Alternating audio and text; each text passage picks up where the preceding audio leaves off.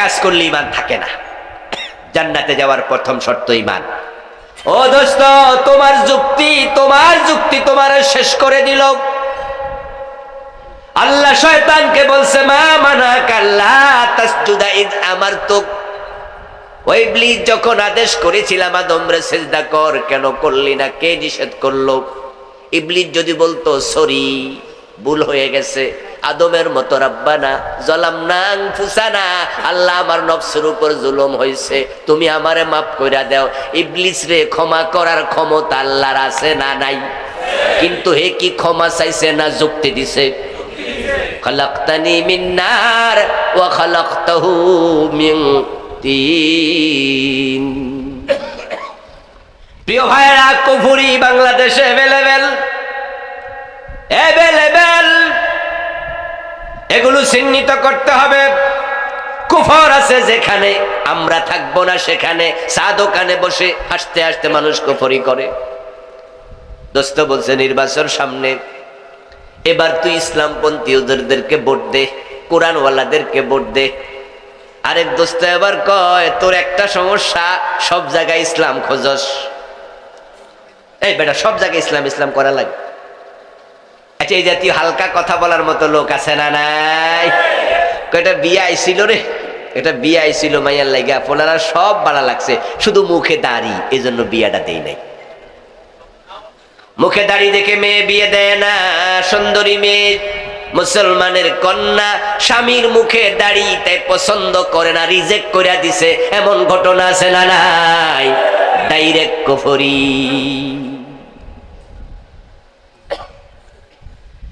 ও দোস্ত, তুমি বুঝোই না কোনটা কুফর? পীরের পায়ে সেজদা দিলে শিরক হয়, ঈমান চলে যায়। যদি মুরিদ এটা জানতো, মুরিদকে পীরের পায়ে নোয়াতেও পারতো না তার মাথা। কিন্তু বন্ড পীর বন্ড মুরিদরে বুঝাইছে, পীরের পায়ে সেজদা দিলে ঈমান যায় না, এটার নাম সেজদায়ে তাজিমি। ডক্টর আবুল কালাম আজাদ বাশারের আওয়াজ করে চলে যায়, পীরের পায়ে সেজদা দিলে শিরক হয়। তাহলে আদম আলাইহিস সালাম রে ফেরেশতারা সেজদা দিল, এটা কি শিরক হলো না? ফেরেশতারা কি আদম নবীরে সেজদা দেয় নাই? তো ওটা যদি শিরক না হয়, আমারে তোমরা যেটা দিছো এটা শিরক হবো কেন? তখন মুরিদ কয়, হুজুর এমন না বুঝছি।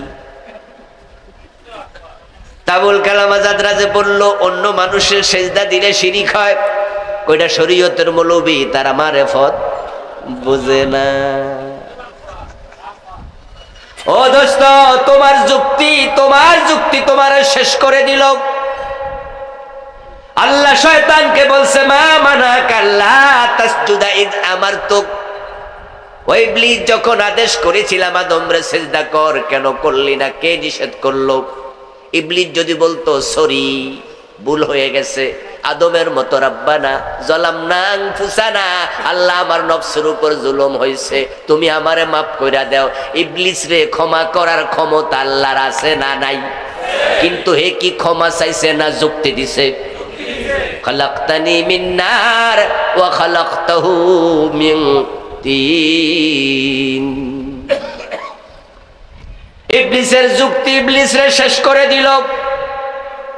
আমরা বলছি সেজদার মালিক আল্লাহ, কোন মানুষকে সেজদা করা যাবে না।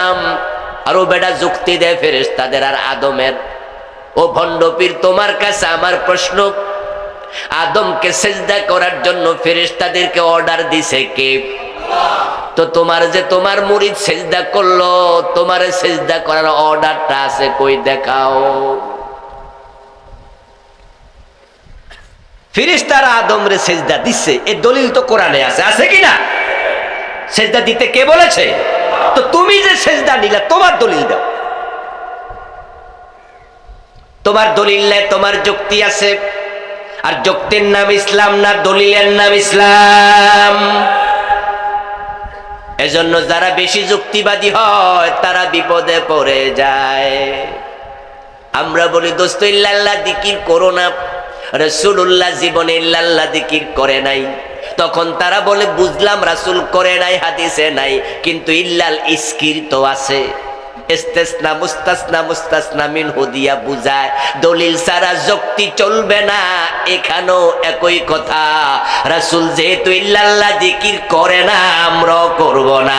যখন জিকির করব পুরা কালেমা পড়ো লা ইলাহা ইল্লাল্লাহ, মাঝখান দিয়া মাজা ভাঙ্গিও।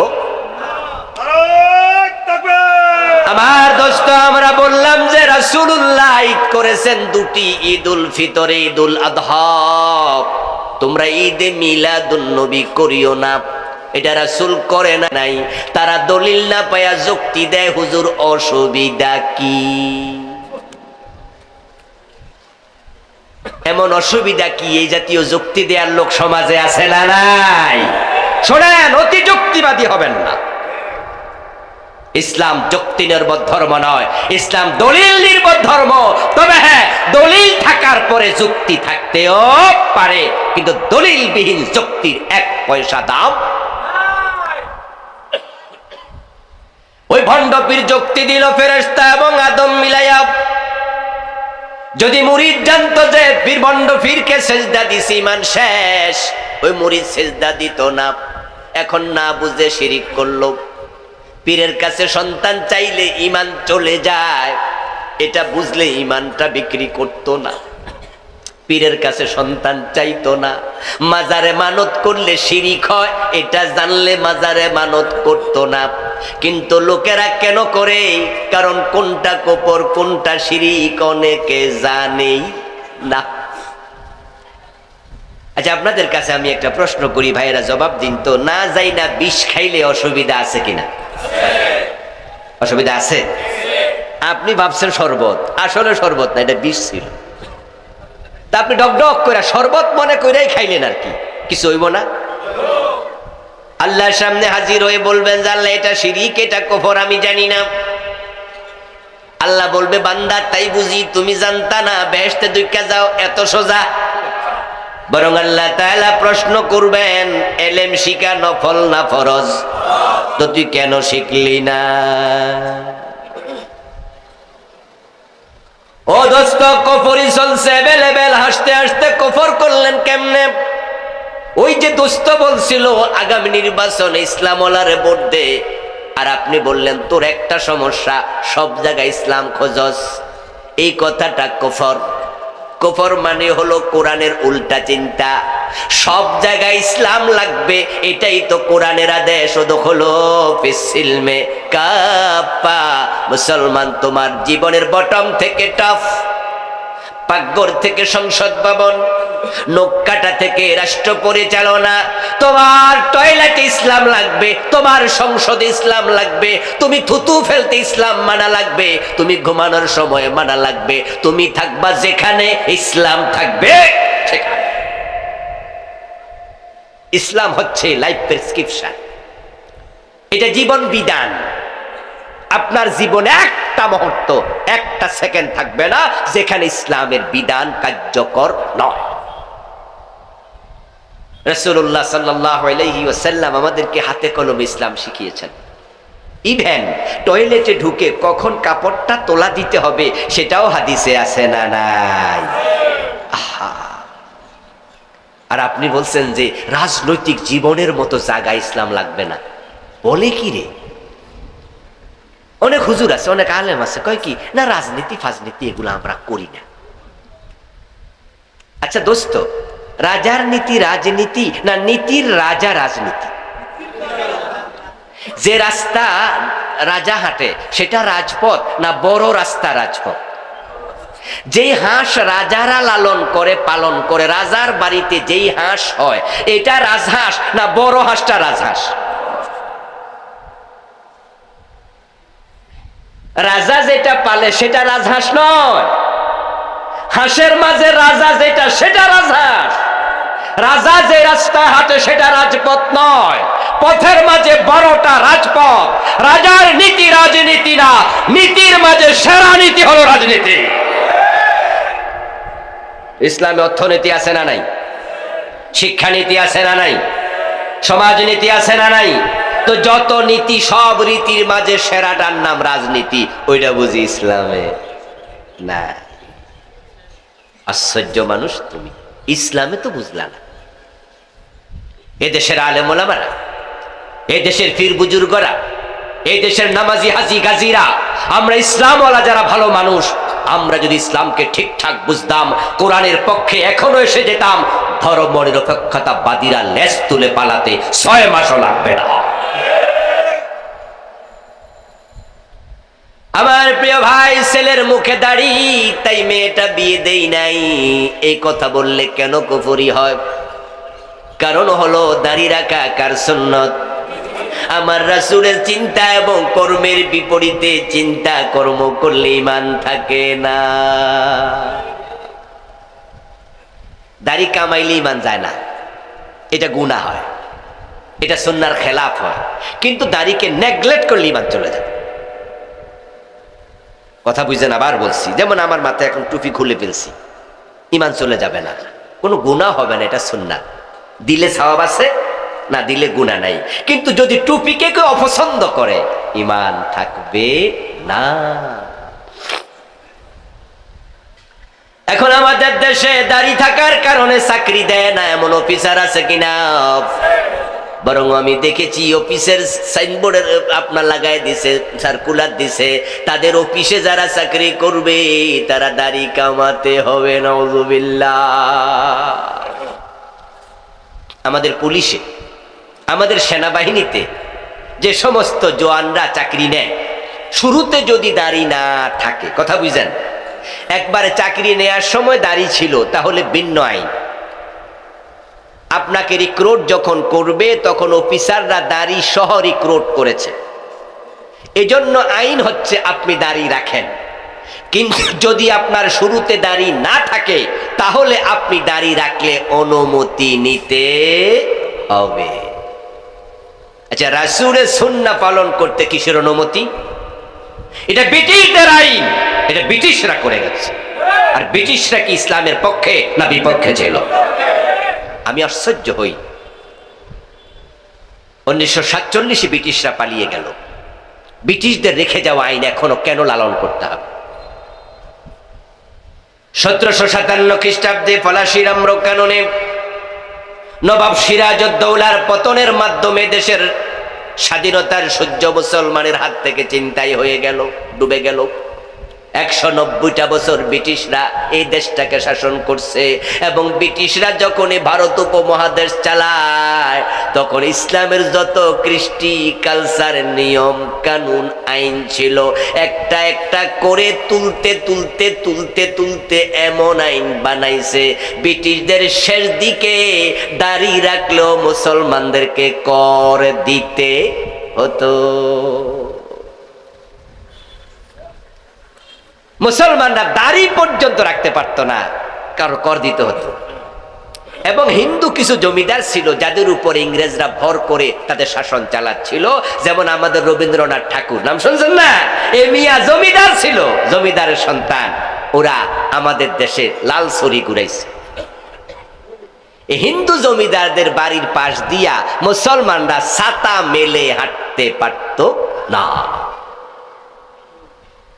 আপনারা ইন্ডিয়াতে দেখবেন তাদের যত দারোয়ান পারোয়ান পোস্ট আছে না, দারোয়ানি চাকরি যারা করে তাদের সবার মাথার মাঝে একটা কিস্তি টুপি। এই টুপিটা তারা মুসলমানদেরকে হেয় করার জন্য চালু করেছিল ইংরেজরা। তাই যারা নিম্স পোস্ট আছে ওই পোস্টওয়ালাদের মাথায় টুপি ঢুকাই দিচ্ছে, আর যারা ইসলামওয়ালা দাড়ি কামাইতে বাধ্য করেছে।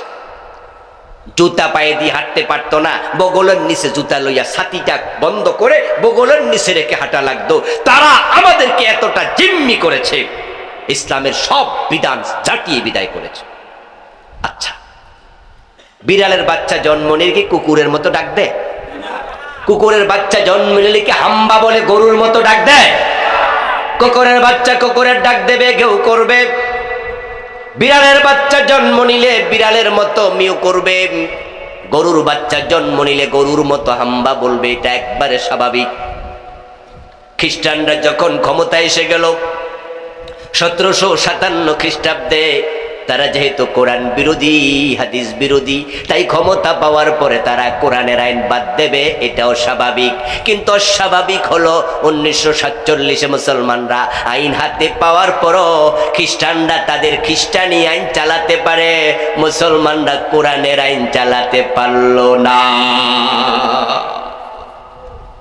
আফসোস করা উচিত, আমাদের আফসোস করা উচিত। অথচ দেশটা যখন স্বাধীন হয় তখন পাকিস্তান হিসাবে স্বাধীন হয়েছিল। মুসলমানের জন্য রাষ্ট্র আলাদা, হিন্দুদের জন্য আলাদা, হিন্দুদেরটা হিন্দুস্তান, মুসলমানেরটা পাকিস্তান। পাকিস্তান হলো, ইসলাম কিন্তু আসলো না। আমাদের নেতৃত্বের দুর্বলতা। তারপর 1971 সনে আমরা আবার স্বাধীন হলাম।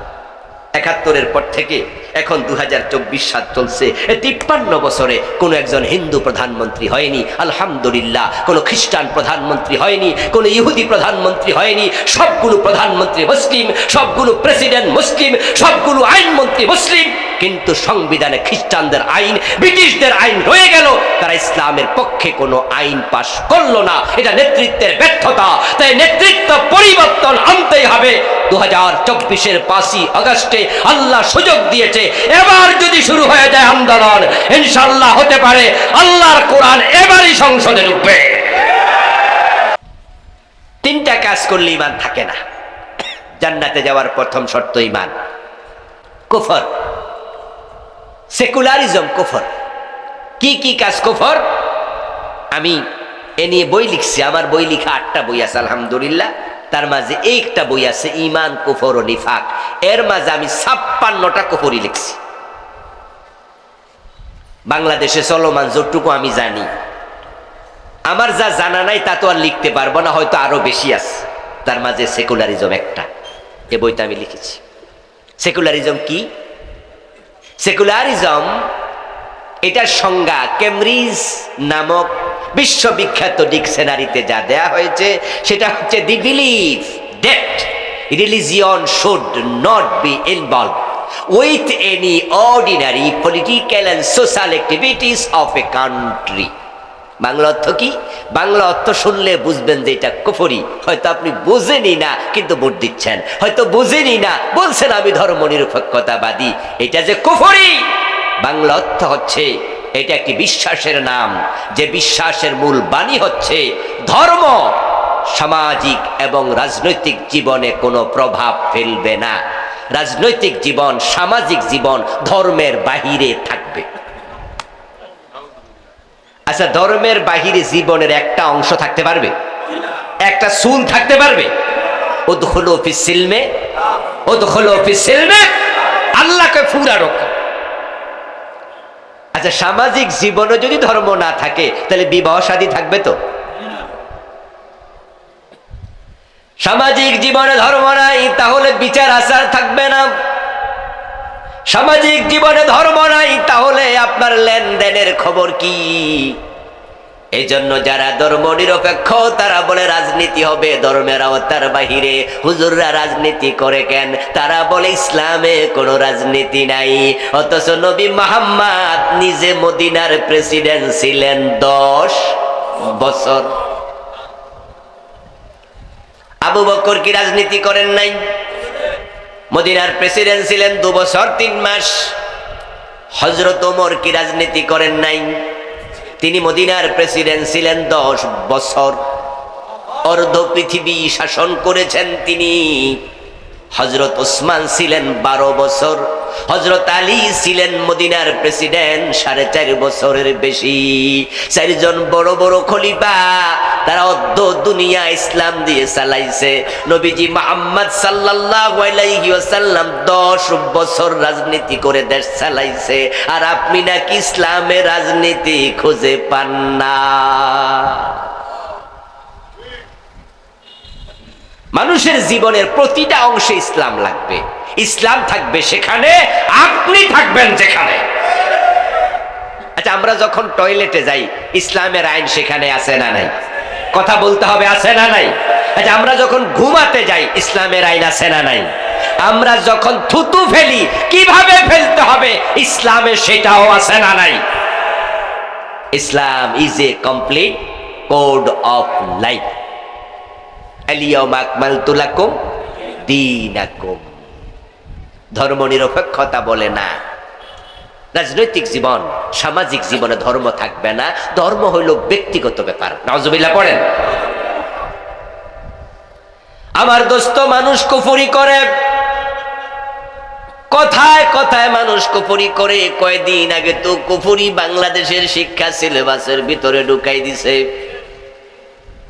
2023 সনের জানুয়ারির প্রথম দিন যখন পাঠ্যপুস্তক আমরা হাতে পেলাম, তখন পাঠ্যপুস্তক খুলে ক্লাস 6 এর বইতে দেখা গেল বান্দরের ছবি দিয়া, মানুষের ছবি দিয়া সার্কেল এঁকে দেখায়া দিছে মানুষের পূর্বপুরুষ ছিল বানর। এই খবর কি আপনারা শুনেছিলেন? জানেন তো? জানেন তো? আমার দোস্ত, দেখুন বাংলাদেশে কুফরি কিভাবে সাপ্লাই দিচ্ছে তারা। আল্লাহ তাআলা কুরআন মাজিদে বললেন, বাসসা মিনহুমা রিজালান কাসীরান ওয়া নিসা। আমি প্রথম মানুষ বানাইছি আদম, তারপর ওয়া খালাকা মিনহা যাওজাহা, আমি আদম থেকে তার স্ত্রী হাওয়ারে বানাইলাম। ওয়া বাসসা মিনহুমা রিজালান কাসীরান ওয়া নিসা, আদম হাওয়া থেকে অগণিত নারী পুরুষ বানাইলাম। তাহলে মানুষের যাত্রা বান্দর থেকে শুরু না আদম থেকে শুরু? এই কথাটা আল্লাহর কোরআনে একাধিক জায়গায় আছে না নাই? এখন যদি কেউ মনে করে না এটা আগে বান্দর থেকে শুরু হয়েছে, তাহলে কোরআনের আয়াতগুলো স্বীকার করার সাথে সাথে ঈমান শেষ। কুফরি কি? কুফরি হচ্ছে এই কোরআন মাজিদের সাথে দ্বিমত করা। যদি আপনি 30 পারার সাথে দ্বিমত করেন, আপনি কাফের। কেউ বলল যে আমি কোরআন মানি না, পুরাটাই মানি না, আমরা বলবো তুমি কাফের। কেউ যদি বলে আমি 15 পারা মানি আর 15 পারা মানি না, আমরা বলবো তুমিও কাফের। যদি কেউ বলে 29 পারা মানি, 1 পারা মানি না, ফতুয়া কি তুমিও? কেউ যদি বলে 113 সূরা মানি, 1 সূরা মানি না, ফতুয়া তুমিও? কেউ যদি বলে সব মানি, 1 অক্ষর মানি না, ফতুয়া একই, সেও হবে কাফের। বিসমিল্লাহর বা থেকে মিনাল জিন্নাতি ওয়ান নাসের সিন পর্যন্ত এ কোরআনে যা আছে সবটা একসাথে মেনে নেয়ার নাম ঈমান। তার বিপরীত সামান্য চিন্তা উল্টা করার নামে হলো কুফর। আমি জানি না কুফর বুঝাইতে পারলাম কিনা, আপনারা বুঝতে পারছেন? সবটা মানার নাম ঈমান, এর বিপরীতে 1 ইঞ্চি, 1 সামান্য কুফর। অঙ্কের মতো। শিক্ষিত মানুষেরা বুঝবেন সবাই। 10 লাইনের অঙ্ক 9 লাইন ঠিক হয়েছে, 1 লাইন ভুল হয়েছে, নাম্বার কত পাইবেন? 10 লাইনে 10 ভুল, সে কত? বলেন। 10 লাইনে 10 ভুল, সে কত? 10 লাইনে 5 ভুল, সে কত? 10 লাইনে 1 ভুল, সে কত? অঙ্কের বেলায় কোনো ভুল মানা হবে না, জিরোতে চলে যাবে। কোরআনে যা আছে তুমি একটা জায়গায় ফেল মারবা, তুমিও জিরো হয়ে যাবে। যেমন কাদিয়ানী, তারা কুফরি করলো, কোরআনের একটা মেসেজ মানে নাই। আল্লাহ তাআলা বলছেন মুহাম্মদ শেষ নবী। মা কানা মুহাম্মাদুন আবা আহাদিম মির রিজালিকুম ওয়ালাকিন রাসূলুল্লাহি ওয়া খাতামান নাবিয়্যিন। নবী মুহাম্মদ শেষ নবী। কাদিয়ানীরা নামাজ পড়ে, রোজা রাখে, হজ করে, যাকাত দেয়, টুপি, দাড়ি, পাজামা, পাঞ্জাবি, পাগড়ি সব আছে, কিন্তু তারা বলে গোলাম আহমদ কাদিয়ান নবী। কি নাউজুবিল্লাহ পড়বেন না? গোলাম আহমদ কাদিয়ানকে যদি নবী মানে, বেটা জন্ম তো 200 বছর আগে, 1865 সালে। তো 1865 সালে গোলাম আহমদ কাদিয়ানের জন্ম। তো সে যদি নবী হয় 570 খ্রিস্টাব্দে, যিনি জন্ম নিয়েছে আব্দুল্লাহর পেটা মোহাম্মদ, উনি কি? তো উনিও নবী, হেও নবী, তাহলে রাসূল শেষ নবী হয় কেমনে? লাগজেনি পেস। কাদিয়ানীরা এখানে এসে পিছল খেয়ে পড়ল। তাম দুনিয়ার সব হক্কানি আলেম একমত হয়ে ফতুয়া দিল, নবী মুহাম্মদকে শেষ নবী না মানার কারণে কাদিয়ানি কাফের। এবং এমন শক্ত ফতুয়া, আলেমদের ফতুয়া হলো কোন কাদিয়ানি যদি মারা যায় মুসলমানের গোরস্থানে তাকে দাফন করাও জায়েজ নাই। কাদিয়ানীদের সাথে বিবাহ শাদী হারাম, কারণ তারা তো মুমিনই না, বিয়ে হবে না, বাচ্চা হলে জারজ হবে। ও দোস্ত, কাদিয়ানী আল্লাহর মেসেজ মানলো না একটা। এই আয়াতে কারিমার মাঝে 4টি অক্ষর তারা অস্বীকার করে, খা আলিফ তা মিম খাতামান নাবিয়্যিন, শেষ নবী। এখন কোরআনের মাঝে আছে আলা লাহুল খালকু ওয়াল আমরু, সাবধান, সৃষ্টি যার, আইন চলবে শুধুই তার। এখানে অক্ষর আছে 15টা, কাদিয়ানি মানে না 4টা। চোর ধরে হাত কাটো এমন আইন কোরআনে আছে না নাই? 53 বছরে কয়দিন মানছেন? কাদিয়ানি মানলো না, নবী মুহাম্মদ শেষ নবী, আপনারা মানলেন না, চোর ধরে হাত কাটতে হবে, জেনা করলে 100 বেত লাগাও এমন আয়াত কোরআনে আছে না নাই? 53 বছরে কয়দিন মেনেছেন? তো কাদিয়ানি মানলো না একটা, আপনারা মানলেন না জেনার শাস্তিটা ডাকাত শুলে দিতে হবে। আল্লাহর কোরআনে আল্লাহ বলেছে, আইন বাংলাদেশে হয় নাই। কাদিয়ানি একটা মানলো না, আপনারা এটা মানলেন না। আমার আল্লাহ বলে সৃষ্টি যার, আইন চলবে শুধু তার। 53 বছরের বাংলাদেশ আল্লাহর আইনে একদিনও চললো না, আপনারা এটাও মানলেন না। তো শুধু কাদিয়ানিকে কাফের বলেন, নিজের খবর কি?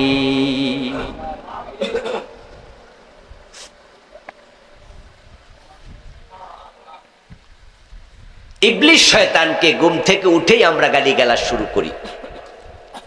ওযু করে নামাজে দাঁড়িয়ে আউযু বিল্লাহি মিনাশ শাইতানির রাজিম, ও আল্লাহ তোমার কাছে অভিশপ্ত অভিশপ্ত শয়তান থেকে ফানা চাই। রাজিম মানে অভিশপ্ত। হেরে আপনি গালি দিয়া দিলেন, সে অভিশপ্ত শয়তান, তার থেকে আল্লাহ তোমার কাছে ফানা চাই। শয়তান পাশে দাঁড়াইয়া বলে, আমার গাইল্লাই কেডারে, আমি অভিশপ্ত বললি কেন? আমি আল্লাহর একটা আইন মানি নাই তাই বুঝি। আদম রে সেজদা দিতে বলেছিল, আমি মানি নাই, তাই আমার অভিশপ্ত বলে তুই গালি দিলি। আর কোরআনের ডজন ডজন আয়াত তুই মানস না, একটা না মানলে যদি অভিশপ্ত হয় তোর খবর কি?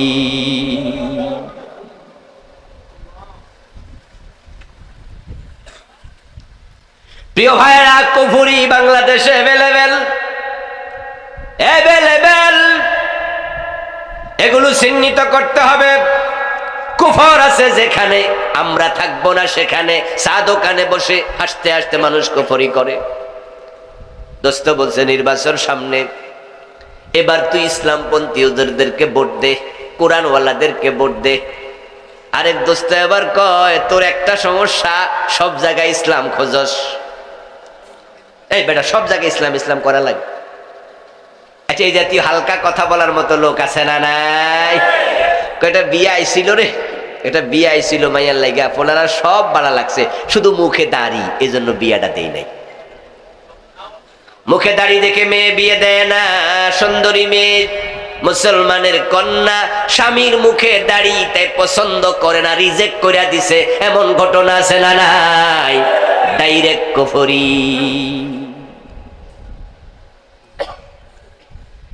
ও দোস্ত, তুমি বুঝোই না কোনটা কুফর? পীরের পায়ে সেজদা দিলে শিরক হয়, ঈমান চলে যায়। যদি মুরিদ এটা জানতো, মুরিদকে পীরের পায়ে নোয়াতেও পারতো না তার মাথা। কিন্তু বন্ড পীর বন্ড মুরিদরে বুঝাইছে, পীরের পায়ে সেজদা দিলে ঈমান যায় না, এটার নাম সেজদায়ে তাজিমি। ডক্টর আবুল কালাম আজাদ বাশারের আওয়াজ করে চলে যায়, পীরের পায়ে সেজদা দিলে শিরক হয়। তাহলে আদম আলাইহিস সালাম রে ফেরেশতারা সেজদা দিল, এটা কি শিরক হলো না? ফেরেশতারা কি আদম নবীরে সেজদা দেয় নাই? তো ওটা যদি শিরক না হয়, আমারে তোমরা যেটা দিছো এটা শিরক হবো কেন? তখন মুরিদ কয়, হুজুর এমন না বুঝছি। আবুল কালাম আজাদ রাজে বলল অন্য মানুষের সেজদা দিলে শিরিক হয়, কইটা শরীয়তের মৌলবি তারা মারেফত বুঝে না। ও দোস্ত, তোমার যুক্তি তোমার শেষ করে দিল। আল্লাহ শয়তানকে বলছে মা মানাকা আল্লা তাসজুদা ইয আমারতুক, ওই ইবলিস যখন আদেশ করেছিলাম আদমরে সিজদা কর, কেন করলি না? কে নিষেধ করলো? ইবলিস যদি বলতো সরি, ভুল হয়ে গেছে, আদমের মতো রাব্বানা যালামনা আনফুসানা, আল্লাহ আমার নফসের উপর জুলুম হয়েছে, তুমি আমারে মাফ কইরা দাও, ইবলিস রে ক্ষমা করার ক্ষমতা আল্লাহর আছে না নাই? কিন্তু হে কি ক্ষমা চাইছে না যুক্তি দিছে? খালাকতানি মিন নার ওয়া খালাকতাহু মিন তিন। ইবলিসের যুক্তি ইবলিসরে শেষ করে দিল। আমরা বলছি সেজদার মালিক আল্লাহ, কোন মানুষকে সেজদা করা যাবে না। আরো বেটা যুক্তি দেয় ফেরেশতাদের আর আদমের। ও ভণ্ডপীর, তোমার কাছে আমার প্রশ্ন, আদমকে সেজদা করার জন্য ফেরেশতাদেরকে অর্ডার দিছে কে? তো তোমার মুরিদ সেজদা করলো, তোমার সেজদা করার অর্ডারটা আছে কই দেখাও। ফেরেশতারা আদমরে সেজদা দিচ্ছে, এর দলিল তো কোরআনে আছে, আছে কিনা? সেজদা দিতে কে বলেছে? তো তুমি যে সেজদা নিলা, তোমার দলিল দাও। তোমার দলিল নাই, তোমার যুক্তি আছে, আর যুক্তির নাম ইসলাম না, দলিলের নাম ইসলাম। এজন্য যারা বেশি যুক্তিবাদী হয় তারা বিপদে পড়ে যায়। আমরা বলি দোস্ত ইল্লাল্লাহ জিকির করো না, রাসূলুল্লাহ জীবনে ইল্লাল্লাহ জিকির করে নাই। তখন তারা বলে বুঝলাম রাসূল করে নাই, হাদিসে নাই, কিন্তু ইল্লাল ইসকির তো আছে। ইস্তেসনা মুস্তাসনা মুস্তাসনা মিনহু দিয়া বুঝায়, দলিল ছাড়া যুক্তি চলবে না। এখানেও একই কথা, রাসূল যেহেতু ইল্লাল্লাহ জিকির করে না, আমরাও করব না। যখন জিকির করব পুরা কালেমা পড়ো লা ইলাহা ইল্লাল্লাহ, মাঝখান দিয়া মাজা ভাঙ্গিও। আমার দোস্ত, আমরা বললাম যে রাসূলুল্লাহ ঈদ করেছেন দুটি, ঈদুল ফিতর, ঈদুল আযহা। তোমরা ঈদে মিলাদুন নবী করিও না, এটা রাসূল করে নাই। তারা দলিল না পায়া যুক্তি দেয়, হুজুর অসুবিধা কি? এমন অসুবিধা কি? এই জাতীয় যুক্তি দেওয়ার লোক সমাজে আছে না নাই? শোনেন, অতি যুক্তিবাদী হবেন না। ইসলাম যুক্তি নির্ভর ধর্ম নয়, ইসলাম দলিল নির্ভর ধর্ম। তবে হ্যাঁ, দলিল থাকার পরে যুক্তি থাকতেও পারে, কিন্তু দলিলবিহীন যুক্তির এক পয়সা দাম।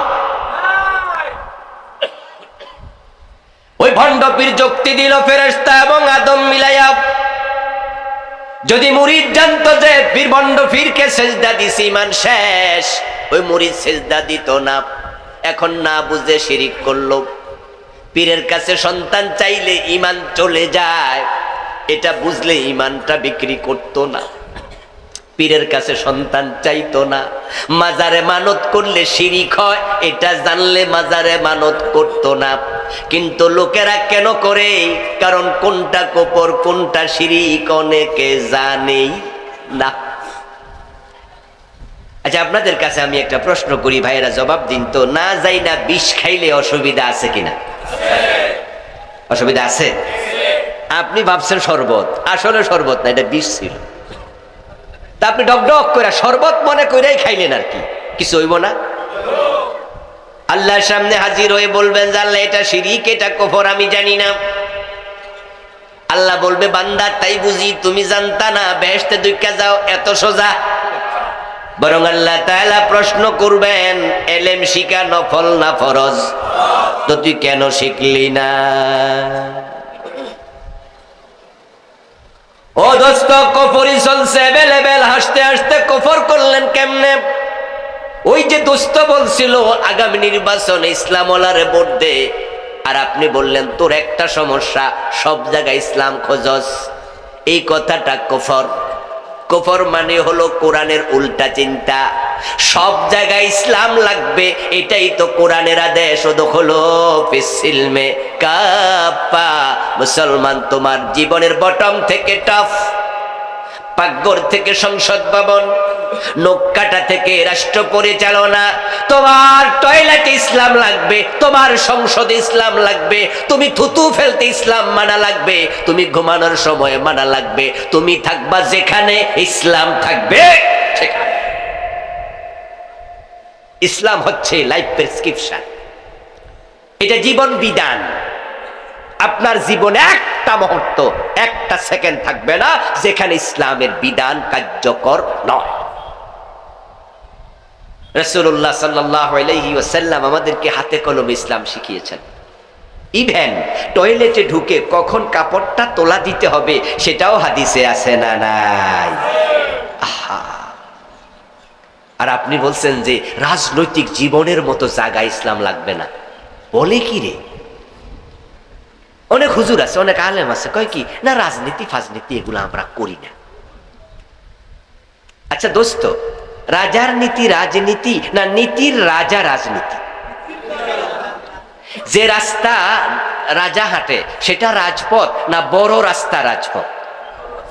যেই হাঁস রাজারা লালন করে পালন করে, রাজার বাড়িতে যেই হাঁস হয় এটা রাজহাঁস না বড় হাঁসটা রাজহাঁস?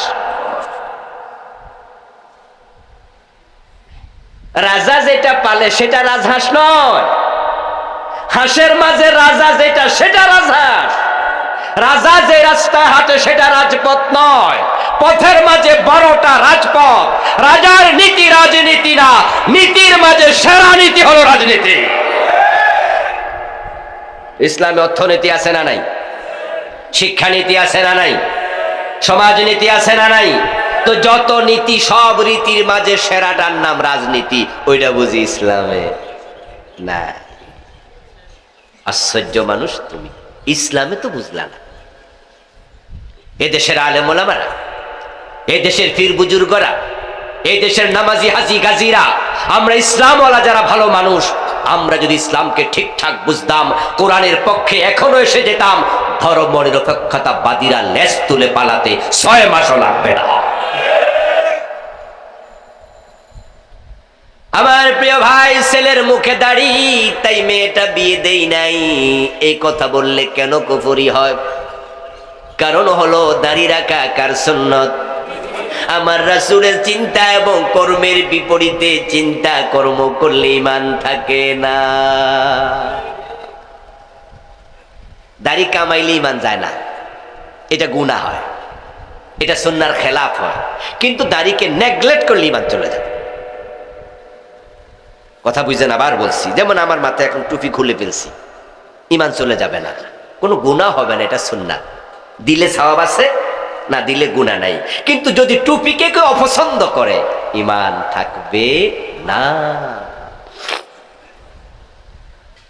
এখন আমাদের দেশে দাড়ি থাকার কারণে চাকরি দেয় না এমন অফিসার আছে কিনা?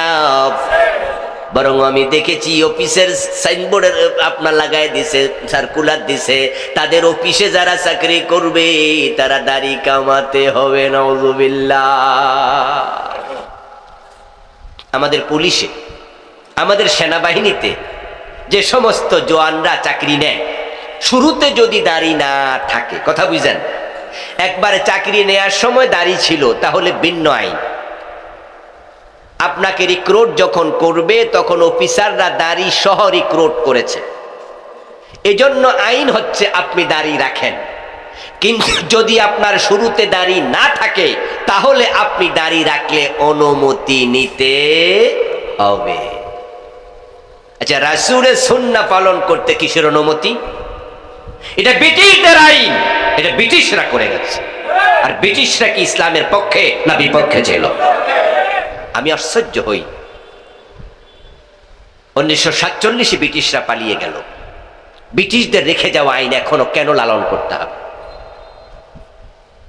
1757 খ্রিস্টাব্দে ফরাসির আম্র কানুনে নবাব সিরাজউদ্দৌলার পতনের মাধ্যমে দেশের স্বাধীনতার সূর্য মুসলমানের হাত থেকে চিন্তাই হয়ে গেল, ডুবে গেল।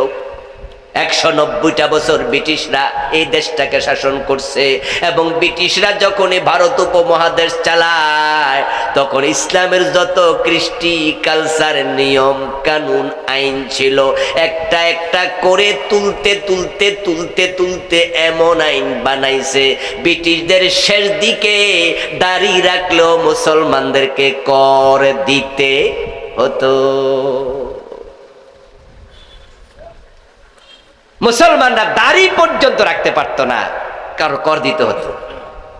এবং হিন্দু কিছু জমিদার ছিল যাদের উপর ইংরেজরা ভর করে তাদের শাসন চালাচ্ছিল, যেমন আমাদের রবীন্দ্রনাথ ঠাকুর, নাম শুনছেন না?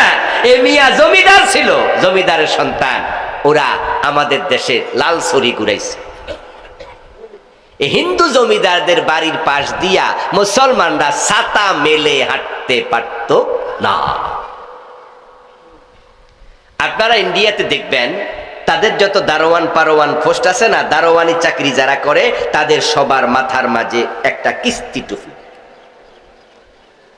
এই টুপিটা তারা মুসলমানদেরকে হেয় করার জন্য চালু করেছিল ইংরেজরা। তাই যারা নিম্স পোস্ট আছে ওই পোস্টওয়ালাদের মাথায় টুপি ঢুকাই দিচ্ছে, আর যারা ইসলামওয়ালা দাড়ি কামাইতে বাধ্য করেছে। জুতা পায়ে দিয়ে হাঁটতে পারতো না, বগলের নিচে জুতা লইয়া ছাতিটা বন্ধ করে বগলের নিচে রেখে হাঁটা লাগতো। তারা আমাদেরকে এতটা জিম্মি করেছে, ইসলামের সব বিধান জাটিয়ে বিদায় করেছে। আচ্ছা, বিড়ালের বাচ্চা জন্ম নিলে কি কুকুরের মতো ডাক দেয়? কুকুরের বাচ্চা জন্ম নিলে কি হাম্বা বলে গরুর মতো ডাক দেয়? কুকুরের বাচ্চা কুকুরের ডাক দেবে, কেউ করবে। বিড়ালের বাচ্চা জন্ম নিলে বিড়ালের মতো মিউ করবে, গরুর বাচ্চা জন্ম নিলে গরুর মতো হাম্বা বলবে, এটা একবারে স্বাভাবিক। খ্রিস্টানরা যখন ক্ষমতায় এসে গেল 1757 খ্রিস্টাব্দে, তারা যেহেতু কোরআন বিরোধী হাদিস বিরোধী, তাই ক্ষমতা পাওয়ার পরে তারা কোরআনের আইন বাদ দেবে, এটাও স্বাভাবিক। কিন্তু অস্বাভাবিক হলো 1947 মুসলমানরা আইন হাতে পাওয়ার পরও খ্রিস্টানরা তাদের খ্রিস্টানি আইন চালাতে পারে, মুসলমানরা কোরআনের আইন চালাতে পারল না। আফসোস করা উচিত, আমাদের আফসোস করা উচিত। অথচ দেশটা যখন স্বাধীন হয় তখন পাকিস্তান হিসাবে স্বাধীন হয়েছিল। মুসলমানের জন্য রাষ্ট্র আলাদা, হিন্দুদের জন্য আলাদা। হিন্দুদেরটা হিন্দুস্তান, মুসলমানেরটা পাকিস্তান। পাকিস্তান হলো, ইসলাম কিন্তু আসলো না। আমাদের নেতৃত্বের দুর্বলতা। তারপর 1971 সনে আমরা আবার স্বাধীন হলাম।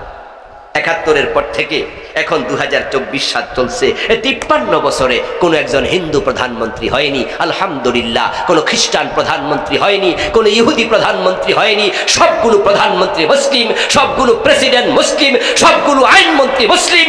কিন্তু সংবিধানে খ্রিস্টানদের আইন, ব্রিটিশদের আইন রয়ে গেল। তারা ইসলামের পক্ষে কোনো আইন পাশ করলো না। এটা নেতৃত্বের ব্যর্থতা। তাই নেতৃত্ব পরিবর্তন আনতেই হবে। 2024-এর 5ই আগস্টে আল্লাহ সুযোগ দিয়েছে। এবার যদি শুরু হয়ে যায় আন্দোলন, ইনশাআল্লাহ হতে পারে আল্লাহর কোরআন এবারই সংসদে ঢুকবে।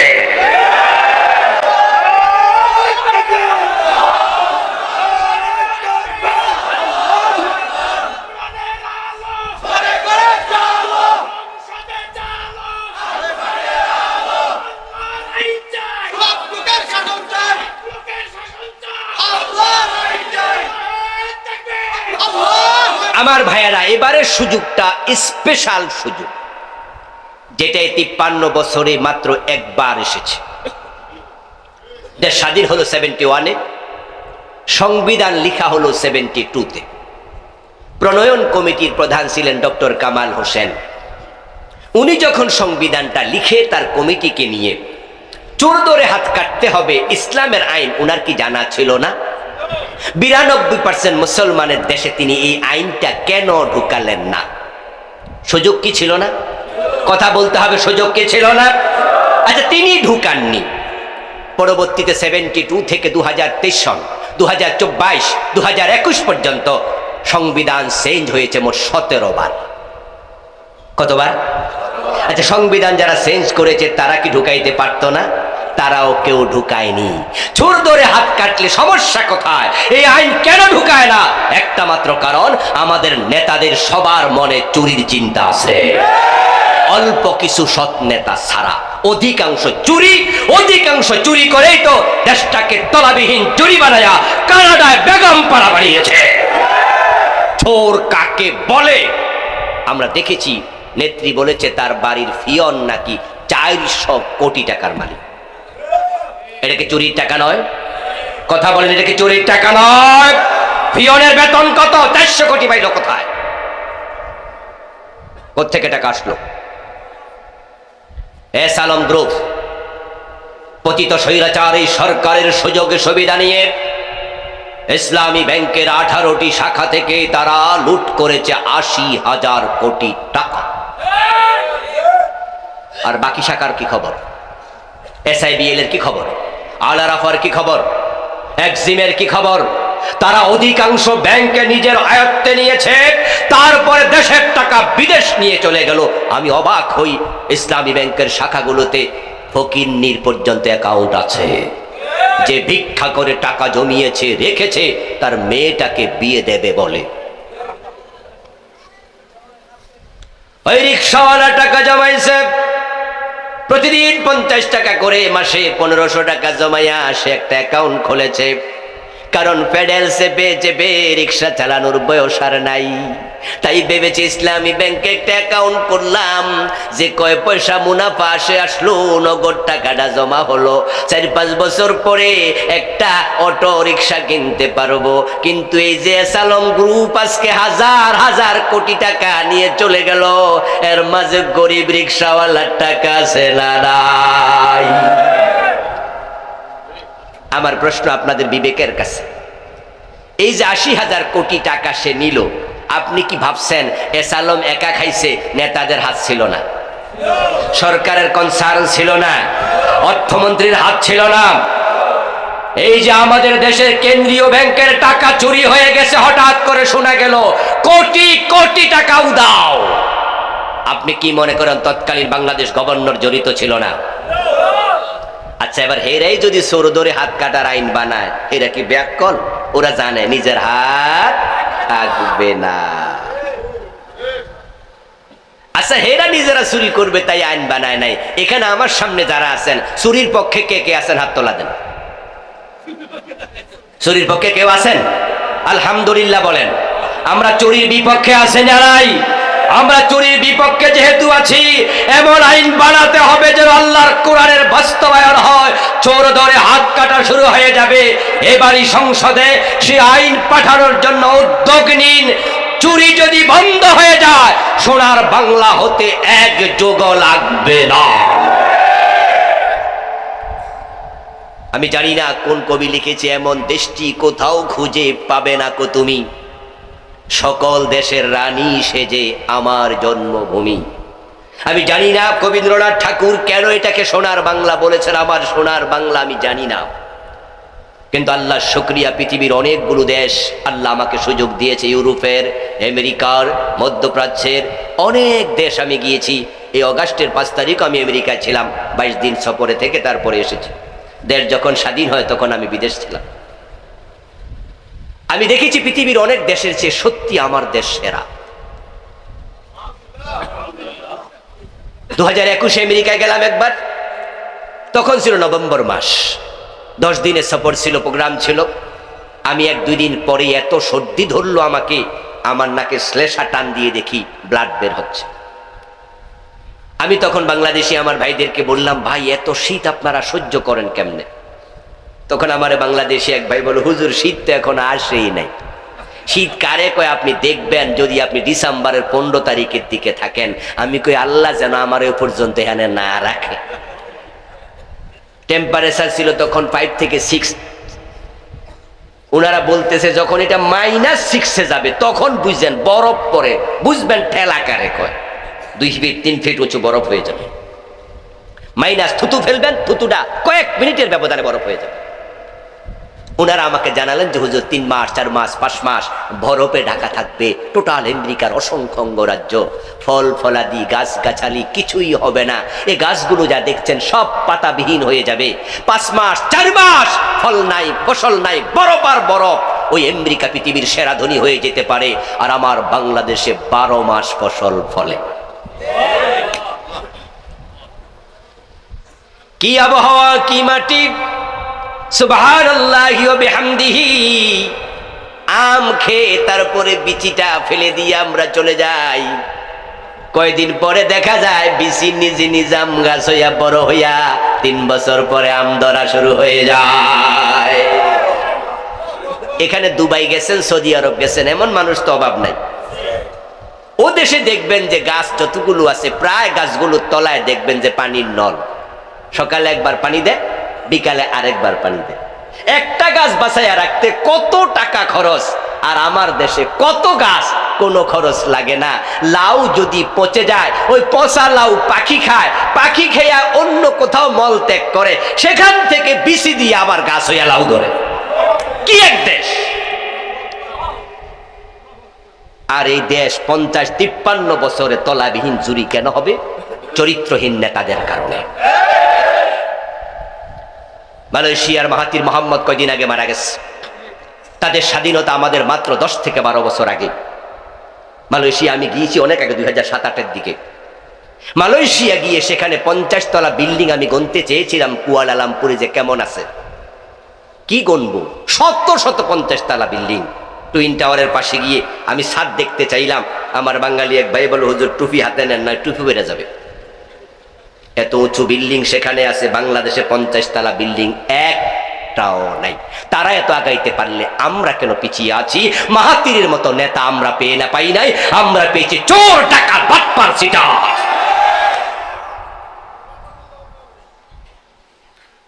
বঙ্গবন্ধু নিজে আফসোস করে বলেছিলেন, মানুষ পায় স্বর্ণের খনি, উনি পাইছে কি? চোরের খনি। তুরস্ক পৃথিবীর একটা সেরা দেশ হয়ে গেল। কেমনে হলো? তুরস্কে আপনারা যারা গিয়েছেন দেখেছেন, আমিও সেখানে গিয়েছি। তুরস্কের বাড়িগুলো প্রায়গুলো এরকম ক্রাফট করা, 100টা বিল্ডিং এর 99টা কার্ভ। আমি জিজ্ঞাসা করলাম যে বিল্ডিং সবগুলো এরকম কেন? বললো যে হুজুর বরফ থাকে 3 থেকে 4 মাস 5 মাস, বরফ গলে যাওয়ার জন্য কার্ভ থাকলে সহজ হয়। আমি বললাম তোমরা কি খাইয়া বাসো? বল হুজুর খাবারের কি অভাব আছে? অভাব নাই, টাকা পয়সার অভাব নাই। অথচ তুরস্ক আমাদের মতো একটি রাষ্ট্র, মালয়েশিয়া আমাদের মতো রাষ্ট্র, ওখানে খনিজ পদার্থ নাই। দুবাই ধনী হয়েছে খনিজ পদার্থ, স্বর্ণ, তেল। সৌদি আরব ধনী হয়েছে স্বর্ণ, তেল। কিন্তু দুবাই, মালয়েশিয়া, তুরস্ক কেমনে ধনী হয়? সততা, দেশের পুঁজি কাজে লাগাইছে। এই আপনাদের বাড়ির পাশে দাউদকান্দি টোল প্লাজায় প্রতিদিন কত লক্ষ টাকা টোল ওঠে, মেঘনায় কত লক্ষ ওঠে, পদ্মায় কত লক্ষ ওঠে, যমুনায় কত লক্ষ ওঠে। 100 টাকা মোবাইলে ভরলে 15 টাকার সাথে সাথে ভ্যাট কেটে নিয়ে যায়। টাকা ইনকাম করলে 15% থেকে 30% ট্যাক্স দিতে হয়। এই টাকা যদি সৎ খাতে ব্যয় করা হতো, রাস্তায় বাজেট হবে 1 কোটি, খরচ হবে কমপক্ষে 80 লাখ। 20 লাখ ব্যবসা করো, রাস্তার চামড়া উঠবে না। আমাদের চোরগুলা, ডাকাতগুলা 1 কোটির মাঝে 80 লাখ খাইয়া বইয়া দেয়, 20 লাখের কাজ করে না। কাজ শেষ হওয়ার আগে চামড়া নেই। আচ্ছা, দেশটা এভাবে চলবে না, ইসলাম লাগবে। কথা বলতে হবে, ইসলাম দরকার আছে না নাই? আল্লাহ এবার সুযোগ দিয়েছে, স্পেশাল সুযোগ। 53 বছর পরে এবারের মতো সুযোগ আমি আর দেখিনি। দেখেন আপনি লক্ষ্য করে, যখন প্রধানমন্ত্রী পালিয়ে গেল, সাথে সাথে প্রধানমন্ত্রীর সাথে সংশ্লিষ্ট সংবিধানের সবগুলো ধারা নিজে নিজে মুলতবি হয়ে গেল। মন্ত্রী পরিষদের সাথে সংশ্লিষ্ট সবগুলো ধারা আলটিমেট মুলতবি। 300 এমপি যখন একসাথে পালিয়ে গেল, এমপিদের সাথে সংশ্লিষ্ট সাংবিধানিক ধারাগুলো হয়ে গেল মুলতবি। তাহলে অসংখ্য ধারা তো মুলতবি হয়ে আছে, আর একটা ধাক্কা মারো, বাকিগুলা ফেলে দিয়ে কোরআনকে সংবিধান বানানো যাবে। অনেকগুলো নিজে নিজেই তো মুলতবি হয়ে গেছে। এবং আপনারা ইতোমধ্যে শুনেছেন যে বাংলাদেশ সরকার নতুন সংবিধান লিখার উদ্যোগ নিতে পারে। ইতোমধ্যে আলোচনা চলছে, সংবিধান তৈরির জন্য উপকমিটি গঠন হচ্ছে। বিভিন্ন জনরা কথা বলছে, কেউ কেউ বলছে আমরা এটাকে রিরাইট করতে চাই, আবার লিখতে চাই, কেউ বলছে সংস্কার করতে চাই। 92% মুসলমান আমরা যদি 51% মাথা উঁচু করে বলতে পারি ধর্মনিরপেক্ষ সংবিধান শান্তি দিতে পারিনি, এটা বাদ দাও, কোরআনকে ঢুকিয়ে দাও, কোরআনের আইন আসলে আবার নতুন করে শান্তি ফিরে আসবে। ঈমান বাঁচাতে চাইলে শিরক, কুফর, নিফাক থেকে বাঁচুন। নেক আমল নিয়ে 1-2 মিনিট কথা বলে শেষ করছি। নেক আমল বাঁচাতে চাইলে 2টি কাজ পরিহার করুন। হারাম খাওয়া বন্ধ করুন, বেদাত পরিত্যাগ করুন। বাংলাদেশে বেদাত আছে না নাই? বেদাত নিয়ে আমি বই লিখেছি, চলমান বাংলাদেশের 38টা লিখেছি। এখানে শিরিক নিয়ে বই লিখেছি, বাংলাদেশে চলমান বর্তমানে যা আছে 29টা লিখেছি। একদিনের ওয়াজে তো সব বলার সময় হয় না, এই জন্য লিখে আনছি যেন ওয়াজ কিছু কইরা বাকিটা রেখে যেতে পারি। যাদের আগ্রহ আছে তারা বাড়িতে বসে বসে পড়ে জানার সুযোগ আছে। বেদাত পরিহার করুন। বেদাতীদের নামাজ, রোজা, হজ, যাকাত কিছুই কবুল হয় না। হাসরের ময়দানে বেদাতীরা প্রিয় নবীর শাফাত থেকে বঞ্চিত হবে। যারা বেদাতি অবস্থায় মারা যাবে তারা হাউজে কাউসারের পানি পান করতে পারবে না। এটা সহিহ বুখারীতে আছে। তো বেদাত গুলো কি কি 38টা লিখেছি, বই থেকে পড়ে জানবেন। হারামের সাথে সম্পৃক্ত যারা আছেন ওজনে কম দেন, থেমে যান। মালে বেজাল দেন আর দেবেন না। সুদে টাকা লাগাইছেন, সুদ খেলে 73 গুনাহ, সবচেয়ে ছোট গুনাহ নিজের মায়ের সাথে জেনা। 1 টাকা হারাম ঢুকবে কাপড়ে, 99 টাকা হালাল। ওই 1 টাকার কারণে কাপড় পরে নামাজ পড়বেন, 1 রাকাতও কবুল আর হবে না। হজ করার জন্য কাবায় চলে যাবেন, ইয়া রব্বি বলে হাত তুলে দোয়া করবেন, পেটে হারাম, রক্তে হারাম, গায়ে হারাম, রাসূল বলে দোয়া কবুল আর হবে না। আমল বাঁচাতে চাইলে হারাম ছেড়ে দিন, বেদাত ছেড়ে দিন, নেক আমল টিকে থাকবে। শিরক, কুফর, নিফাক ছেড়ে দিন, ঈমান টিকে থাকবে। ঈমান আমল নিয়ে মরবেন, নিশ্চিত জান্নাত মিলবে ইনশাআল্লাহ।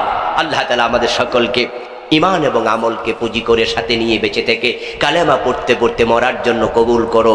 আবারও বলেন আমিন। হাদা মা ইনদি ওয়াল ইলমু ইনদাল্লাহ আলাইহি তাওয়াক্কালতু ওয়া ইলাইহি উনীব। প্রিয় ভাইরা, আমরা সংক্ষেপে দোয়া করে বিদায় নিতে চাই। সভাপতি সাহেবের কোনো কথা থাকলে বলুন। আমার লেখা 8টি বই আলহামদুলিল্লাহ, এটা এই মাসে এবার লিখেছি। এটা যেমন ছিলেন প্রিয় রাসূল সাল্লাল্লাহু আলাইহি সাল্লাম, রাসূলুল্লাহ সুরত সিরত নিয়ে এটা 280 পৃষ্ঠার বই। পরকাল নিয়ে লিখেছি একটা 400 পৃষ্ঠার বই। পরিবার নিয়ে লিখেছি 350 পৃষ্ঠার একটি বই। আমার 8টি বই মোদাল্লাল দলিল ভিত্তিক লেখা। বাহিরে ড্রাইভার সাহেব আছে কালো গাড়িতে, উনার কাছে পাবেন, ওখান থেকে নিয়ে যাবেন।